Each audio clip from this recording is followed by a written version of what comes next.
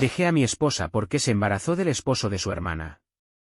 Esta historia constará de varias partes, aún no sé cuántas. Pero me animé a escribirla después de ver un vídeo en redes sociales, una historia en TikTok, que se parecía bastante a la mía. Sin más preámbulos, decidí compartir mi propia historia. Este perfil es nuevo, lo acabo de crear, a mi viejo perfil ya no entro. Todo comenzó en 2014. Mi esposa, Elena, tenía 27 años en ese entonces, mientras que yo, Luis, tenía 26. Llevábamos 5 años de relación y 2 de matrimonio. Nos conocimos en la universidad, ella estudiaba contaduría y yo ingeniería mecánica. Nuestro encuentro ocurrió en una fiesta de un amigo en común, y rápidamente conectamos. Después de un par de citas, nos convertimos en novios y nos casamos al año siguiente. Elena tenía una hermana mayor llamada Adriana, que estaba casada con un amigo de Elena, llamado Ariel. La madre de Elena, Valentina, nunca me aceptó. Intentó poner muchas excusas para separarnos. Y puedo decir que realmente me discriminaba y humillaba cada vez que tenía la oportunidad. Pensaba que mi vida era perfecta. Elena era increíblemente hermosa, la mujer más deslumbrante que había conocido. En aquel entonces, mi sueldo como ingeniero mecánico era decente. Habíamos acordado no tener hijos pronto, primero, queríamos viajar a algunos países y terminar de pagar una casa. Elena estuvo de acuerdo conmigo. Ella se interesó en estudiar una maestría, y me ofrecía pagarla. Siempre quise que se sintiera cómoda conmigo, así que podría decirse que solía ceder a las peticiones de mi esposa. Un año después de casarnos, la madre de Elena sufrió una caída que la dejó internada en el hospital por un par de días. Los médicos informaron que no era nada grave, pero le recomendaron guardar reposo. Elena estaba angustiada por su madre y se quedó cuidándola. Transcurrió el tiempo y durante la fiesta de aniversario de 30 años de matrimonio de los padres de Elena, se revelaron 2 noticias que estremecieron a todos. En primer lugar, Adriana había luchado durante 5 largos años por tener hijos, visitando clínicas de fertilidad sin éxito alguno. Era una situación desgarradora para ella, sufrir en silencio esa incapacidad. La segunda noticia impactante fue la confesión de Valentina. Con voz temblorosa y lágrimas en sus ojos, expresó que anhelaba convertirse en abuela. Sus palabras, llenas de un sentido de urgencia, resonaron profundamente: una caída puede ser el fin para mí. ¿Y quién sabe cuándo podría suceder? Observé cómo Elena se quebraba emocionalmente al escuchar las palabras de su madre. Al volver a casa, mi esposa estaba notablemente afectada por el peso de lo que había ocurrido. Opté por ignorar la situación, un error mío que no quise afrontar. Los meses pasaron sin mayores novedades, hasta que recibí una llamada urgente de Elena. Su voz reflejaba angustia mientras explicaba que estaba en el hospital. Me alarmé: ¿estás bien?, pregunté con miedo. Ella contestó que sí, pero que estaba allí porque Adriana había intentado quitarse la vida. La incapacidad de Adriana para tener hijos la había sumido en una profunda depresión. Y las palabras de Valentina, con su anhelo de ser abuela, habían sido el detonante. La desesperación la llevó a intentar poner fin a su vida. Al salir del trabajo, me dirigí rápidamente al hospital para brindar apoyo a mi esposa. Encontré a Valentina allí, su mirada fría y un tanto acusatoria. Estaban también Ariel, Julio, esposo de Valentina, y mi esposa. Traté de entender la situación, y en cierta medida, Valentina me culpó por el intento de suicidio de Adriana. Según ella, su anhelo de ser abuela y la incapacidad de Adriana para darle un nieto la habían llevado a intentar quitarse la vida. Los médicos dieron de alta a Adriana 2 días después y le recetaron antidepresivos. Esa misma jornada, tuvimos una reunión familiar donde retomamos el tema de los nietos para Valentina y la infertilidad de Adriana. Propuse la idea de la adopción como una alternativa viable. Tanto Adriana como Ariel podrían adoptar sin ningún inconveniente, ya que eran adultos con buenos ingresos. Hubo un incómodo silencio en la sala. Valentina me miró fijamente y rechazó la idea, argumentando que adoptar un hijo no era lo mismo que tener un nieto de su propia sangre. La conversación no avanzó y regresamos a casa con un ambiente tenso. Las semanas después de esa reunión se volvieron extrañas. Adriana y Ariel empezaron a frecuentar más mi casa. A menudo los escuchaba hablar, pero al entrar, guardaban silencio. Me pareció un comportamiento extraño, aunque decidí no darle mucha importancia. Tal vez Adriana simplemente estaba pasando por un mal momento y necesitaba estar con su hermana. Por otro lado, el comportamiento de Elena cambió, se volvió más reservada con su teléfono y distante conmigo. Cuando llegaba a casa e intentaba acercarme, ella se alejaba. Además, nuestra vida íntima disminuyó. El 5 de julio, un día que recuerdo claramente, regresé del trabajo y vi varios autos estacionados frente a mi casa. Temí lo peor.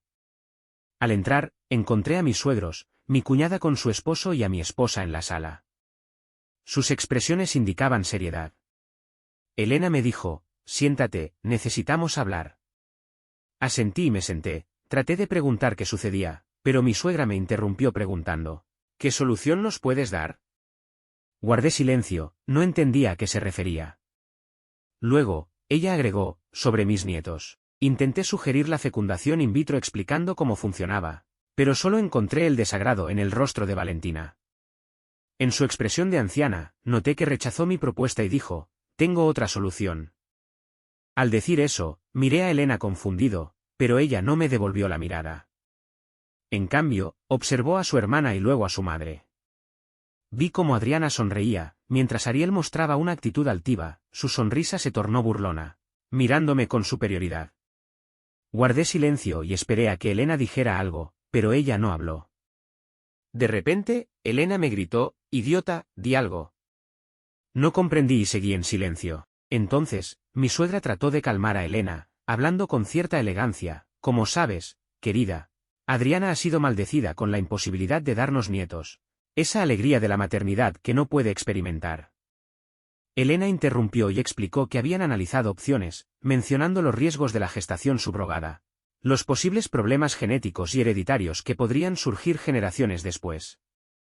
Luego, Ariel añadió que la gestación era costosa y que no podían pagarla, sumado a los gastos que el bebé requeriría.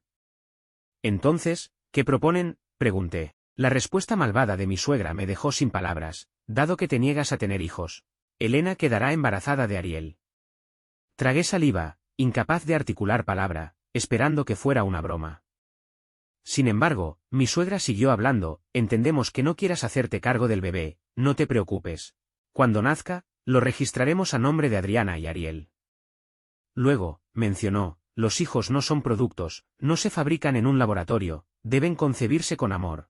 El fruto de una pareja, en pocas palabras con coito. Explicó una serie de argumentos religiosos, citando la prohibición de la Iglesia y su deseo de evitar que su nieto sea condenado al infierno. Antes de que mi suegra continuara, me levanté de manera abrupta y grité: de ninguna manera. No suelo alzar la voz, pero en esta ocasión lo hice. Elena, ¿qué quieres decirme?, le pregunté a mi esposa.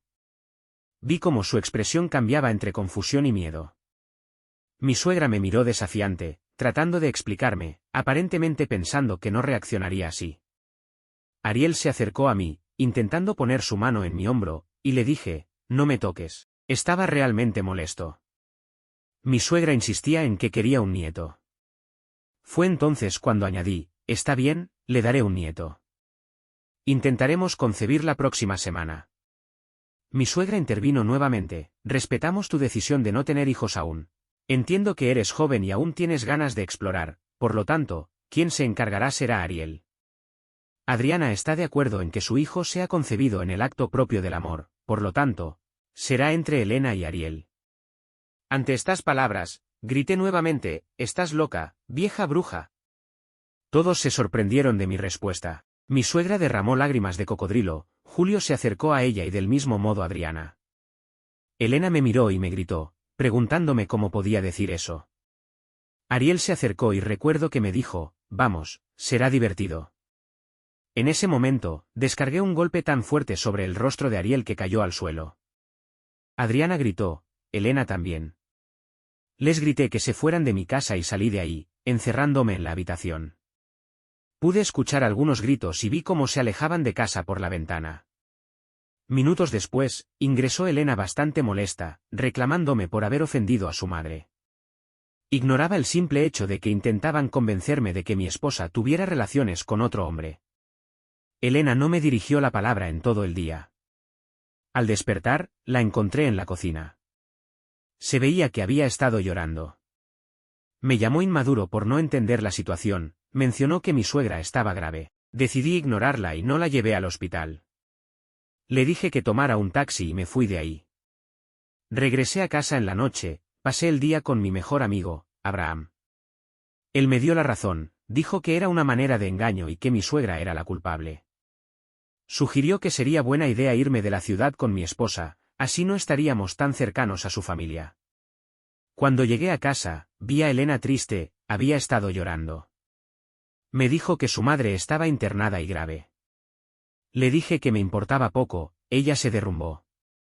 Sentí tristeza y le pedí perdón, no era mi intención lastimarla. Ella solo me dijo que su madre solo quería un nieto.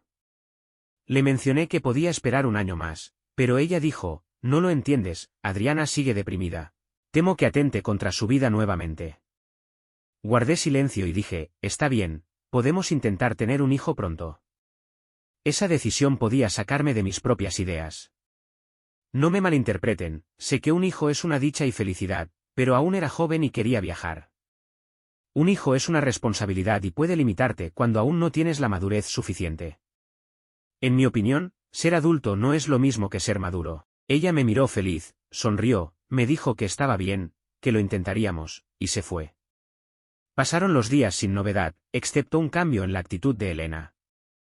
Ahora no ocultaba su teléfono y me miraba feliz. Su madre se disculpó conmigo, dijo que entendía mi decisión. Según órdenes médicas, no debía someterse a estrés ni enojarse. Me sorprendí, no esperaba eso de esa mujer. Elena se volvió más cariñosa conmigo.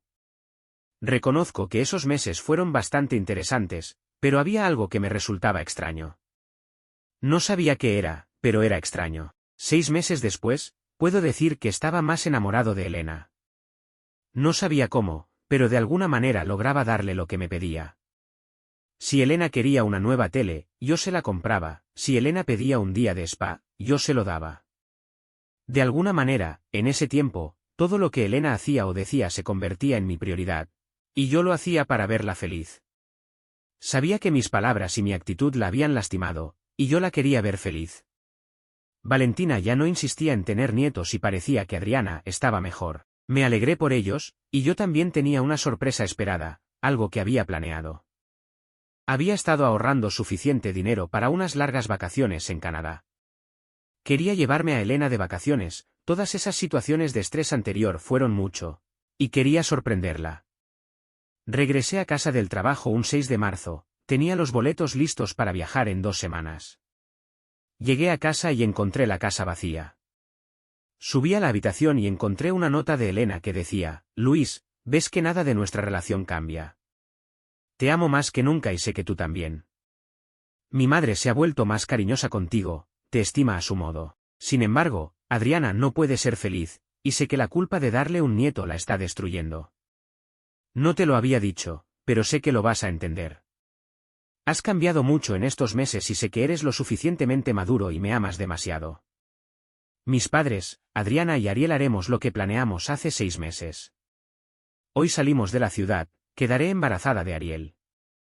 No te diré dónde estamos porque te conozco y no debo sufrir situaciones de estrés, y Ariel tampoco.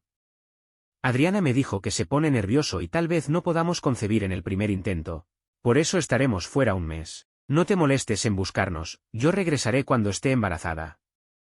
Esto no cambia nuestra relación, fingiremos que no pasó nada. Nadie de la familia lo sabe, y así se quedará, solo entre nosotros. Al terminar de leer la nota, sentí tristeza y humillación. Lloré, no lo niego, me había dolido. Pero creo que en un matrimonio debe existir un acuerdo mutuo, la confianza debe ser la base. A Elena no le importó y pasó por encima de mí, junto con su madre.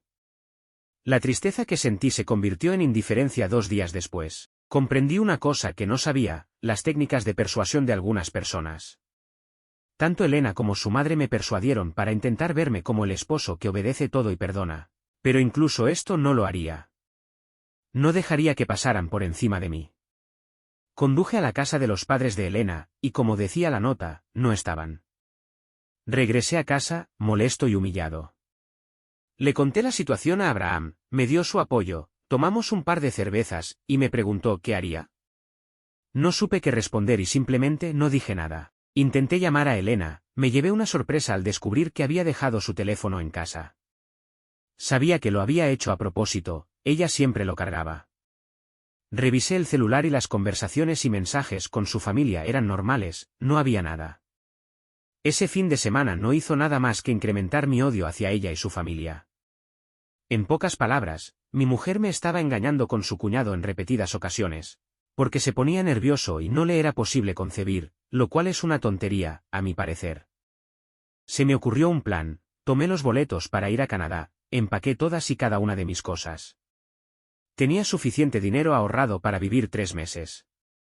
Además de eso, vendí mi carro y pedí un préstamo a Abraham. Le dije que me iba a Canadá y no regresaría jamás. Me dijo que estaba bien, solo le pedí que me mantuviera en contacto sobre lo que sucediera. Tomé el teléfono de Elena y salí de ahí. Algo que no les he dicho es que hablo bien 2 idiomas aparte del mío, español. También entiendo bien el inglés y el alemán, por lo que entender el idioma no fue problema. Renuncié al trabajo y pedí de favor que no me contactaran de nuevo, incluyendo a mi esposa. En mi tercera semana en Canadá, en el teléfono de Elena había una notificación de WhatsApp. Abrí el mensaje y vi que estaban los familiares de Elena, su hermana, su madre, su padre, Ariel. Estaban en una especie de grupo con el nombre Bebé. Adriana había mandado un mensaje que decía, se logró familia. Después de más de 20 intentos finalmente tendremos un nieto. Adriana compartió una foto de Ariel sonriendo, esa cara de te vencí jamás la olvidaré. Mi esposa Elena estaba a su lado en la cama. Pude notar que estaba en prendas menores y después de eso una foto de una prueba de embarazo. Ver a mi esposa con Ariel me inundó de tristeza, pero estaba demasiado lejos y no quería volver a verla. Llegaron varios mensajes de la familia felicitando la anécdota. 4 días después, estaba buscando empleo en Canadá. Afortunadamente, mis conocimientos de ingeniería y ser capaz de hablar 2 idiomas me dieron la oportunidad de empezar a trabajar en una pequeña fábrica como almacenista. No era mucho, pero pagaba bien para subsistir. De hecho, si pueden conseguir un empleo en Canadá, no dejen ir esa oportunidad. Una semana después de eso, un domingo por la mañana, recibí un mensaje de Elena en mi teléfono que decía: Amor, estoy en casa, todo salió bien, estoy embarazada. Ven pronto, tengo algo que contarte. No respondí el mensaje, decidí ignorarlo. Pasé el día en Toronto, caminando por el parque, hasta que recibí otro mensaje de Elena: Cariño, vuelve a casa, necesitamos hablar de esto. Volví a ignorar el mensaje de Elena. Los mensajes continuaron llegando, además de llamadas que, por supuesto, no respondí. Toda la tarde recibí mensajes y llamadas de Elena, Adriana, Ariel y esa bruja malvada. Esta situación escaló y llegó a involucrar a mi padre. Recibí una llamada de él, bastante preocupado, preguntando dónde estaba y si estaba bien. No le había contado nada, así que simplemente respondí preguntándole quién estaba llamando. Él me dijo que Elena estaba preocupada y había contactado con él para saber si yo estaba con él. Le expliqué a mi padre la situación, parecía incrédulo al principio, pero al final terminó por creerme. Le dije que lo traería conmigo en cuanto pudiera y le dije que bloqueara a mi esposa. Mi celular seguía inundado de audios y llamadas. En uno de esos mensajes de voz, Elena se escuchaba llorando: Amor, Luis, por favor, responde dónde estás. Regresa, necesitamos hablar de esto de verdad. Simplemente ignoré los mensajes. Creí que el hecho de que la estuviera ignorando era suficiente mensaje en sí mismo. Apagué mi celular durante 15 días, conseguí uno nuevo en Canadá. La tecnología puede ser barata si se encuentran buenas ofertas. Puse mis redes sociales en privado sin eliminar a Elena ni a su familia, simplemente las oculté. Adquirí otro teléfono para comunicarme con Abraham. Me contó que Elena había ido a buscarlo, pero él no la dejó entrar. Cuando ella le preguntó dónde estaba, él respondió: podrías haberle preguntado mientras estabas cogiendo con tu cuñado, y le cerró la puerta, amenazando con llamar a la policía. Me preguntó por mí, le dije que estaba bien, que Canadá era un país tranquilo y próspero. Afortunadamente no estaba haciendo mucho frío.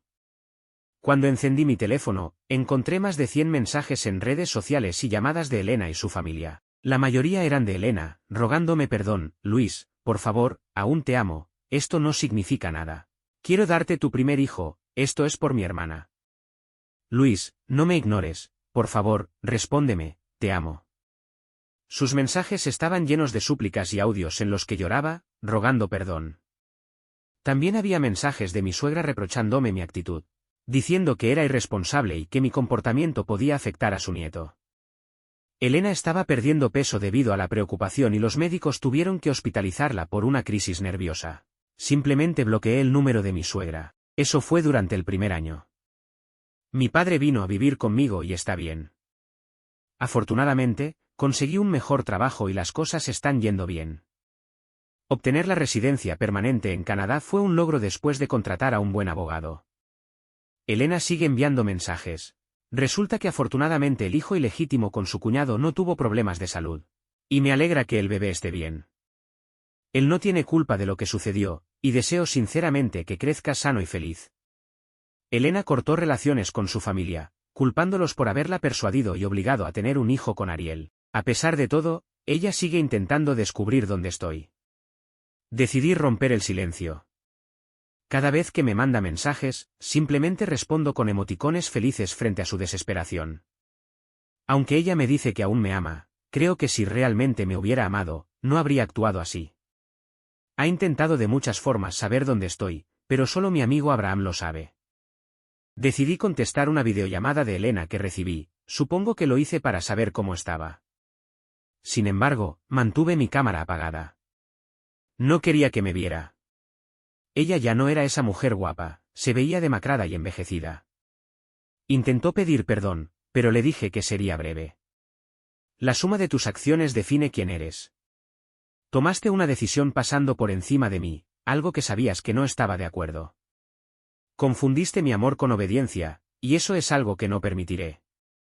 Estoy viviendo aquello que te prometí, viajar. Pero lo estoy haciendo solo. Tal vez para estas fechas estaríamos esperando un hijo, porque la paciencia es una virtud que se cosecha. Valentina no ha fallecido, y dudo que lo haga pronto. No te daré el divorcio aunque lo intentes. Cargarás eso en tu conciencia para siempre. De mi parte, no he conocido a nadie ni lo haré. Supongo que las acciones tienen consecuencias, cosechas lo que siembras.